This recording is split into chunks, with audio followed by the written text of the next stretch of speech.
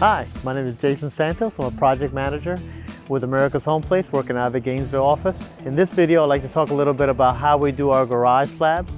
As you can see behind me, there's some piers in this garage slab, and we do that with all our crawl as well as our poured wall foundations. We do that for a reason.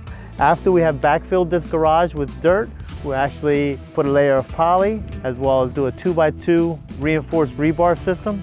But the reason we do the piers is we will actually then catch that garage slab continuously around the exterior walls, but we also catch it in the center of the garage as well. If in the likely event that you have some settling in that soil in the garage, really the way we do it doesn't really matter. Our slab is actually going to be held up by those pier systems, which then should give you a trouble-free garage slab for years to come. If you'd like to find out a little bit more about our foundation systems or any of our home plans, you can always log on to americashomeplace.com for more information. Thank you.